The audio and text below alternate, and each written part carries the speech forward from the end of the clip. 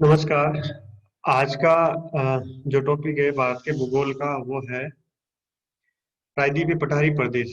हम भूभौतिक विभाजन कर रहे थे, तो हम बहुत शॉर्ट वीडियो बना रहे 15-15 मिनट के।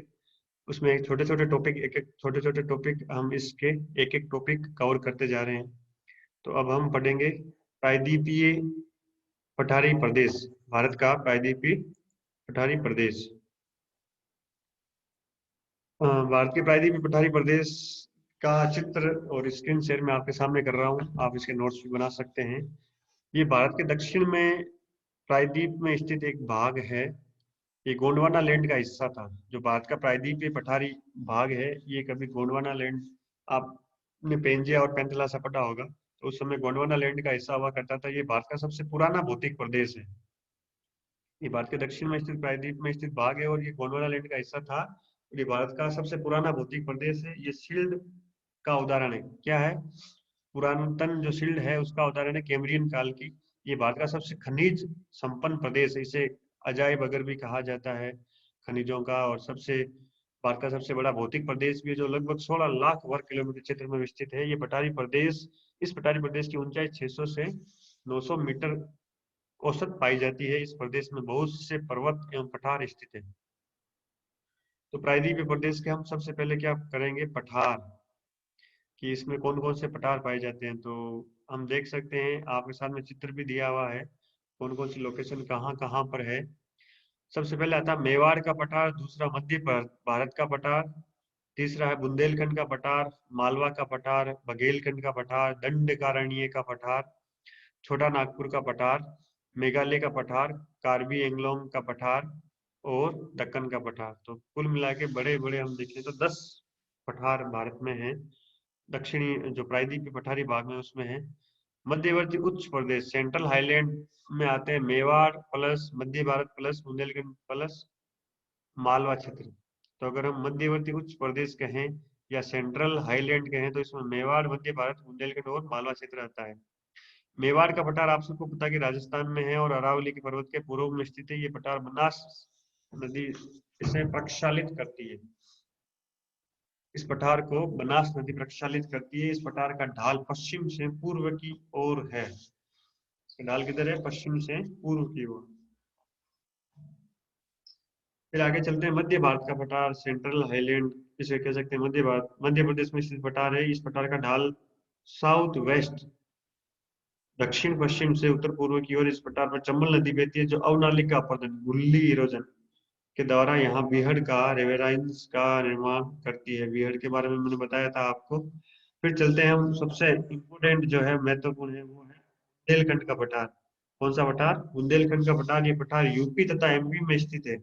इस पठार पर अर्ध शुष्क परिस्थितियां पाई जाती है, क्योंकि यहाँ पे वर्षा कम होती है और यहाँ पे अपवहन तंत्र बहुत तीव्र है, इसलिए यहाँ पे पानी रुकता नहीं है। इस पठार का ढाल दक्षिण से उत्तर की ओर है। इस पठार पर केन बेतवा नदियां बहती है और केन बेतवा लिंक परियोजना का निर्माण भी किया गया है, ताकि सूखे की समस्या का समाधान कर सके। ये नदियां यहाँ गहरी घाटियां बनाती है और ये नदियां इस पठार से गिरते समय जलप्रपात भी बनाती है। बुंदेलखंड का पठार पुरातन नीस चट्टानों से बना हुआ है। किससे? कैम्ब्रियन काल के पुरातन नीस चट्टानों से बना हुआ है। ये ज्वालामुखी का भाग के लावा का भाग भी हम कह सकते हैं।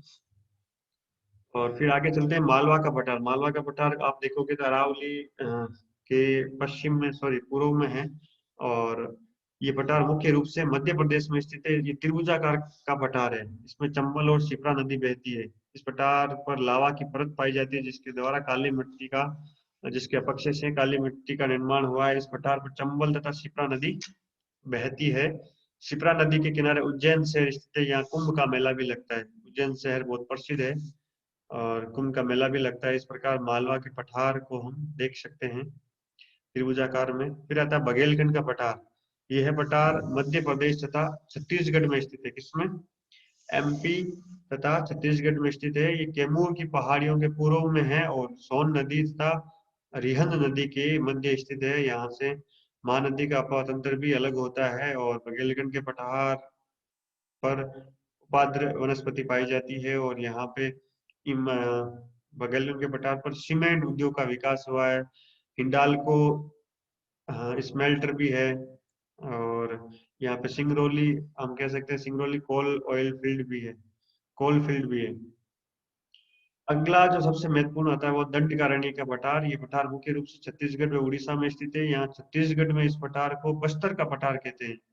क्या कहते हैं? बस्तर का पठार। इस पठार पर इंद्रावती नदी बहती है और इस पठार पर लोहे आयस्क व बॉक्साइट के भंडार खूब पाए जाते हैं। इस छत्तीसगढ़ में लोहे आयस्क की विख्यात जो खान है वो दल्ली राजहरा है।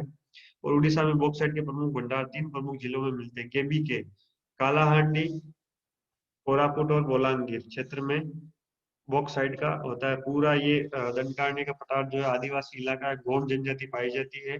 और इसके अलावा यहाँ पर ये पूरा बेल्ट जो है वो रेड कॉरिडोर में आता है, क्योंकि नक्सलवाद से प्रभावित क्षेत्र है। और इसकी सबसे ऊंची जो चोटी है वो है बेलाडीला। बेलाडीला पर लोहे के बहुत बड़े भंडार मिले हैं। और यहाँ से ही विशाखापट्टनम बंदरगाह के माध्यम से जापान को लोहा निर्यात किया जाता है। इस प्रकार दंडकारण्य का पठार ये हो गया। सबसे महत्वपूर्ण, very very important, triple star नहीं 5 स्टार वाला जो टॉपिक है वो छोटा नागपुर का पठार। ये पठार जो है वो खनिजों का अजायब अगर कहा जाता है इसे।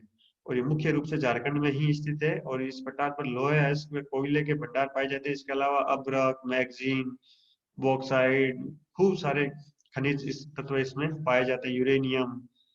तो जो इसका मुख्य 2 भागों में ये बंटा हुआ है। इसके उत्तरी भाग में देखें तो हम दामोदर नदी जो ब्रंश घाटी है इसको 2 भागों में बांटती है। उत्तरी वाला भाग हजारीबाग का पठार कहलाता है और इसके दक्षिण वाला भाग रांची का पठार कहलाता है। दामोदर नदी घाटी क्षेत्र में कोयले के भंडार बहुत अधिक पाए जाते हैं। और ये गोंडवाना कालीन, जो छोटा नागपुर का पठार है, गोंडवाना कालीन है। और कार्बोनिफेरस काल के इसमें कोयला भी पाया जाता है। रांची के पठार से सोनरेखा नदी का उद्गम भी होता है। इसका उत्तरी जो भाग हम देखें तो हजारीबाग का पठार है। हजारीबाग के पठार की औसत ऊंचाई 600 मीटर है। और यहाँ पे शुष्क पर्णपाती वनस्पति पाई जाती है। और इसका जो सर्वोच्च शिखर है वो पारसनाथ है, पारसनाथ की पहाड़ी है। और यहाँ पे कोडरमा में अभ्रक मिलता है। कोडरमा के पास गिरिडीह है, वहां पे भी अभ्रक मिलता है। इसके अलावा हजारीबाग रामगढ़ क्षेत्र है, वहां पे बड़े स्तर पर कोयला के भंडार पाए जाते हैं। इस प्रकार ऊपरी भाग हजारीबाग का पठार है। फिर दक्षिणी भाग में हम देखें तो रांची का पठार है। रांची का पठार की औसत ऊंचाई 900 से 1800 मीटर है। ये काफी ऊंचा भाग है। इस पर निक पॉइंट, इसका मतलब जो रांची का पठार है उस पर हम देख सकते हैं कि जो पुनर्जीवन की घटनाएं हैं वो दिखाई देती है, क्योंकि ये उत्थित संप्राय मैदान है, इसका उत्थान हुआ है। इसलिए यहाँ पर निक पॉइंट, नदी का पुनर्जीवन और बहुत सारी चीजें इस पे दिखाई देती है। वाटरफॉल्स वगैरह भी दिखाई देते हैं, जैसे हुंटू जलप्रपात है आदि। और इस पे पार्टलैंड भूमि का भी विकास हुआ। पार्टलैंड का मतलब है लेटेराइट मृदा की कठोर टोपियां पाई जाती है। उन टोपियों का क्या होता है, अपरदन तो हो जाता है, लेकिन कठोर टोपियों का अपरदन नहीं होता है, लेकिन आसपास की जो कोमल मृदा होती है उसका अपरदन हो जाता है। इस प्रकार एक कटी फटी भूमि का निर्माण हो जाता है, उसे ही हम पार्टलैंड कहते हैं। जैसे नेटरहाट पार्टलैंड जो झारखंड में है वो बहुत प्रसिद्ध पार्टलैंड भूमि का एग्जाम्पल है। इसके अलावा यहाँ पे मौसाबानी में तांबा कॉपर मिलता है, और जादूगोड़ा में यूरेनियम मिलता है, और सिंगूम में आयरन और मिलता है, लोहा अयस्क मिलता है सिंगूम में। और इसके अलावा अ, लोहरदगा में यहाँ पे बॉक्साइट मिलता है। इस प्रकार ये छोटा नागपुर का पठार बहुत ही प्रसिद्ध है। और काफी फैक्ट्रीज, बड़े बड़े उद्योग यहाँ से कच्चा माल की प्राप्ति करते हैं। और ये वर्तमान में हम कह सकते हैं कि बड़ी फैक्ट्रियों के जहन में है। और यहाँ पे जो सबसे बड़ा जो केंद्र है वो जमशेदपुर है, टाटा नगर, जिसे जमशेदजी टाटा ने 1907 में बसाया था। तो वहां से इसका विकास सुचारू रूप से हुआ है। फिर आगे बढ़ते हैं मेघालय का पठार। मेघालय का पठार छोटा नागपुर पठार का ही एक भाग माना जाता है। ये मालदा ब्रंश द्वारा छोटा नागपुर पठार से अलग होता है। मतलब ये राजमहल जो पहाड़ी है वो मेघालय के पठार से लिंक करती थी, लेकिन यहाँ पे बीच में ब्रह्मपुत्र और गंगा नदी के द्वारा इसको काट कर अपना रास्ता बना दिया गया था। इस वजह से ये मुख्य प्रायद्वीप की भूमि से अलग हो गया था। अब वर्तमान में ये लगता है कि वो त्रिपुरी भाग में, लेकिन ये है नागपुर के पठार का ही विस्तृत भाग है। इस पठार में लोहा, अयस्क, यूरेनियम, कोयले के भंडार पाए जाते हैं। गारो खासी जयंतिया इस पठार की प्रमुख पहाड़ियां हैं। गारो पर सबसे बड़ा जो पीक मिलता है वो नोकरे की पहाड़ी है। खासी पर कीपनुमा पहाड़ियां पाई जाती है, इसकी वजह से वहां पर मानसूनी पवनें फंसकर 1300 से 1400 सेंटीमीटर वर्षा करती है, जो चेरापूंजी और वन शिवराम नामक स्थान पर होती है। और ये मान शिवराम जो स्थान है, विश्व के सर्वाधिक औसत वर्षा प्राप्त करने वाले स्थानों में से एक है। वर्षा का कारण है यहाँ पे कीपनुमा पहाड़ियों का पाया जाना। फिर आगे चलते हैं। कार्बी एंगलोंग का पठार असम में है, और इस पठार पर मिकिरवे सॉरी रेंगमा पहाड़ियां पाई जाती है। दक्कन का पठार आता है सबसे महत्वपूर्ण। ये प्रायद्वीपीय भारत में स्थित त्रिभुजाकार पठार है, और इस पठार पर लावा की परत पाई जाती है, जिसके कारण यहाँ काली मृदा का निर्माण होता है। काली मृदा के कारण ये भारत का सबसे प्रमुख कपास उत्पादक क्षेत्र भी बन जाता है। इस पठार का जो ढाल है वो पश्चिम से पूर्व की ओर है। इस पठार को 3 प्रमुख भागों में बांटा जा सकता है। एक तो महाराष्ट्र का पठार, दूसरा आंध्र का पठार और तीसरा कर्नाटक का पठार। इस प्रकार हम देखें तो सबसे पहले महाराष्ट्र के पठार को देखें, इसके ऊपर ही। ये भारत का सबसे प्रमुख कपास उत्पादक क्षेत्र है, क्योंकि यहाँ पे काली मृदा पाई जाती है, सिंचाई की सुविधाएं हैं, और मुंबई बड़ी सिटी है, बाजार की उपलब्धता भी है। इस प्रकार इस पठार पर गोदावरी तथा कृष्णा नदियां भी बहती है। दूसरा आता है आंध्रा का पठार। आंध्र प्रदेश के पठार को भी हम कृष्णा नदी के माध्यम से 2 भागों में बांटते हैं। कृष्णा नदी के उत्तर वाला भाग तेलंगाना का पठार कहला जाता है, बोला जाता है, और कृष्णा नदी के दक्षिण वाला भाग रायलसीमा कहा जाता है, और इसका जो किनारे वाला भाग है उसे सीमांध्र कहा जाता है, जो तटीय भाग है। तो कृष्णा नदी के इस पठार को विभाजित करती है। कृष्णा नदी के उत्तर में स्थित भाग तेलंगाना और दक्षिण में स्थित भाग रायलसीमा। पूरी भाग को हम सीमांध्रा कहा जाता है। फिर तीसरा आता है दक्कन के पठार के ऊपर ही कर्नाटक का पठार। कर्नाटक का पठार को हम क्या कहेंगे, क्योंकि कर्नाटक के पठार से कावेरी नदी भी निकलती है और कृष्णा नदी भी निकलती है। इसको भी 2 भागों में बांटते हैं। जो ऊपरी भाग है 600 मीटर समोच्च रेखा है, इसको 2 भागों में बांटती है। ऊपरी भाग बेंगलुरु और दक्षिणी भाग मैसूर मैसूर 600 मीटर की समोच्च रेखा इस पठार को 2 भागों में बांटती है। उत्तरी भाग बेंगलोर का पठार और दक्षिणी भाग मैसूर का पठार। बेंगलोर का पठार पर कृष्णा तथा तुंगभद्रा नदी बहती है, तथा मैसूर के पठार को कावेरी नदी प्रक्षालित करती है। इस प्रकार ये सारे प्रायद्वीपीय भारत के पठार हो गए। फिर चलते हैं सबसे महत्वपूर्ण और इम्पोर्टेंट जो टॉपिक आता है वो प्रायद्वीपीय प्रदेश के पर्वत।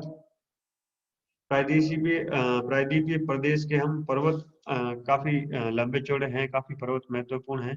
तो इसको हम अगले एक यूनिट में या अगले एक वीडियो में लेंगे। तो प्रायद्वीपीय भारत को हम 2 भागों में 2 वीडियोस में बांट देते हैं, ताकि आपको समझने में पढ़ने में आसानी रहेगी।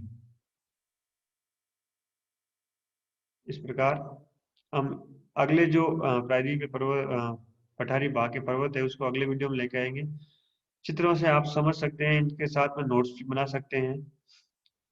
और हम मिलते हैं अगले वीडियो में। बहुत बहुत धन्यवाद। Thank you.